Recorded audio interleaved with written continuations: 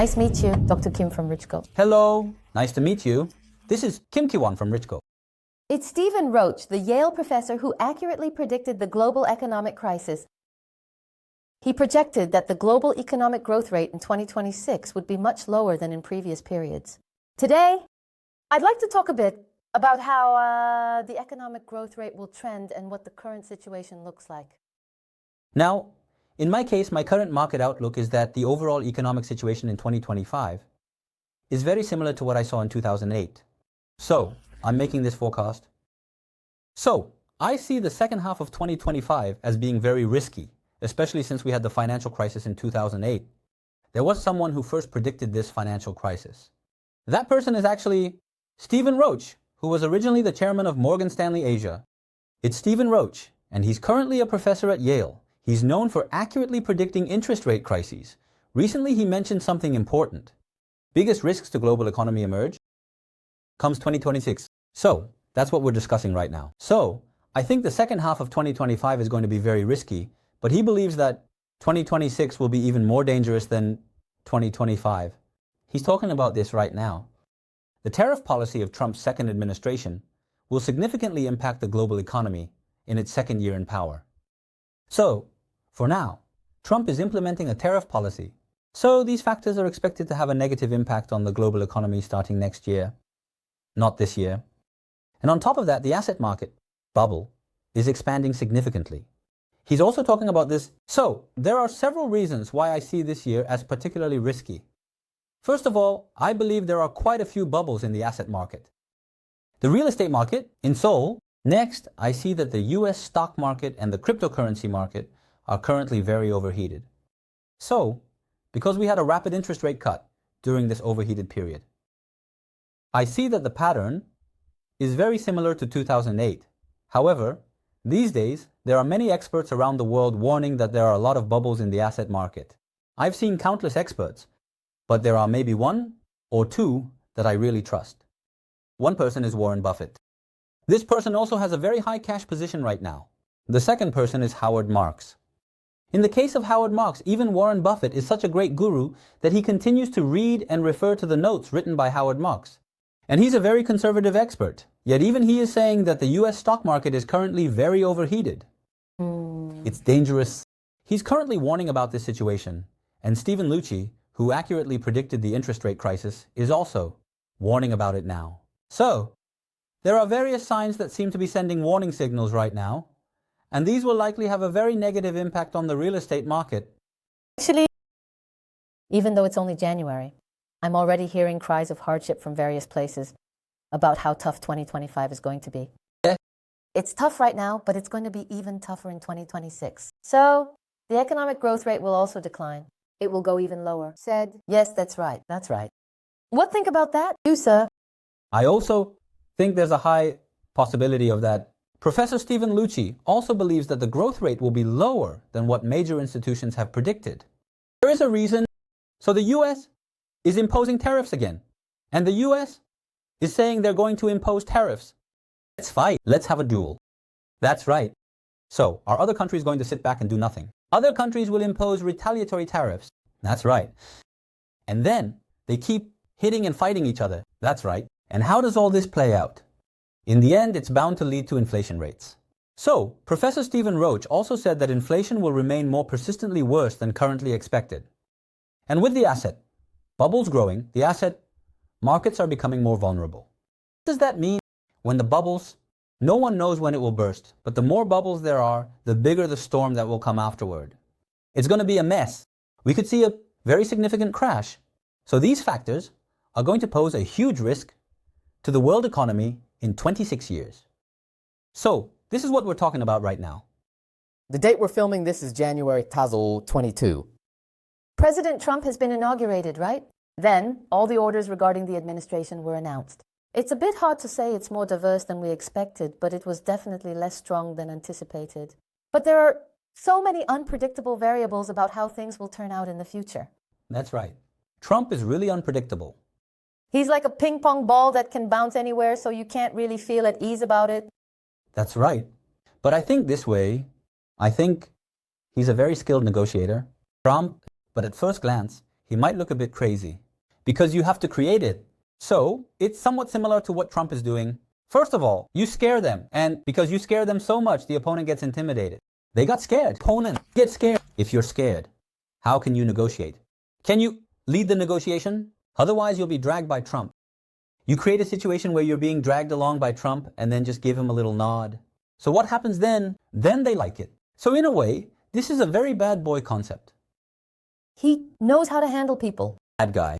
Usually, when you talk really casually and negatively, but then do something good, people cheer for that. On the other hand, if you treat them really well all the time and then mess up once or twice, they'll jump on that. That's human psychology. Looking at that, Trump is really quite the negotiator. This person is currently in a bit of a pause, but just a few hours before our filming date, breaking news came out. From February 1st, they will impose taxes. Yeah. I've really been watching the news a lot lately. I wonder how it will turn out. Let's go on. That's right. So originally, Trump was saying he would impose a universal tariff of 10 to 20% and hit China with a 60% tariff, and he was really pushing that. But the news coming out these days is that he's taking a more cautious stance on the universal tariff. So he's being cautious. He's being a bit hesitant. It will take longer. But now, with Mexico and Canada, expanded 25, the tariffs are really high. But for China, they are currently expecting a 10% tariff starting from early February. Originally, it was 60%, but starting at 10% makes it look a lot nicer. China's perspective are, look at this. What should we do? I have to face off today. I'm saying this. Suddenly, Trump is talking about lowering the level of Mexico and Canada. So I wonder if he will continue to lead the negotiations in his own direction.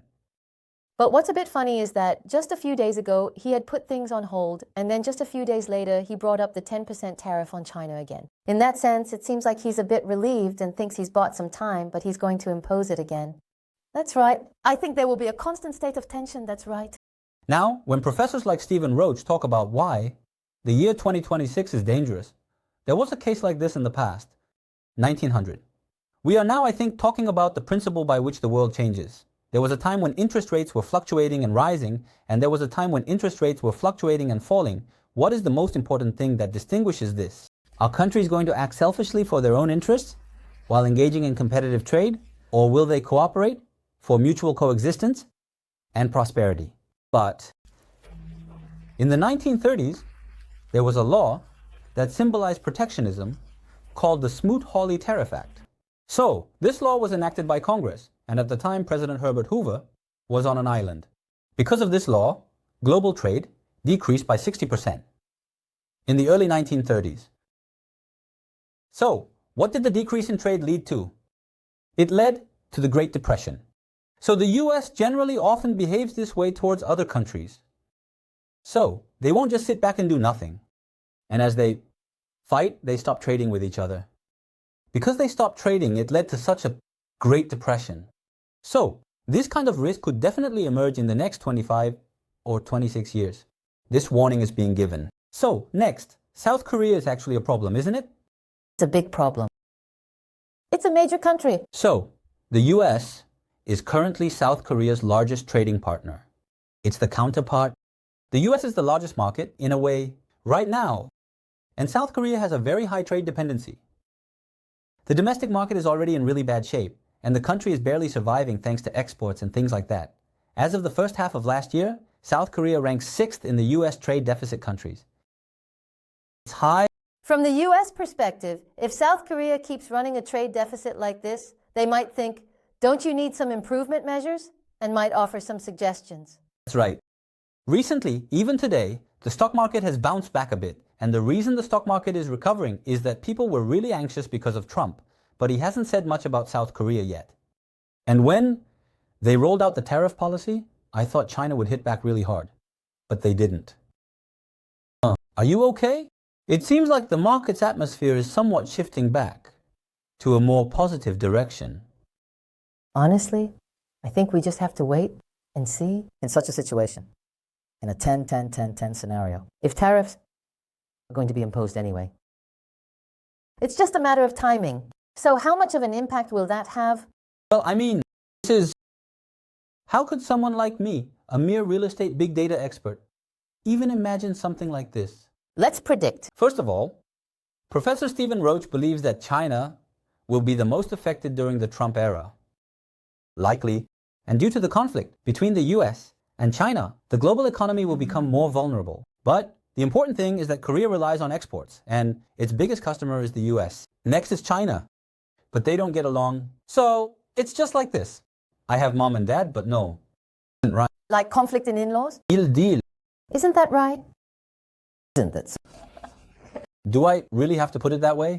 Please give me a metaphor. Yes. First of all, the metaphor is because the mother-in-law and daughter-in-law are in conflict, and then there's the husband. It seems similar. The US and China are in conflict, so the mother-in-law and daughter-in-law are really not getting along right now. The atmosphere then is bad. So, what should the son do? So what should the husband do?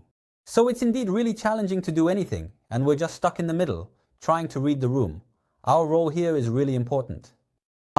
If one side gets too much of a bad reputation, it could be a big problem.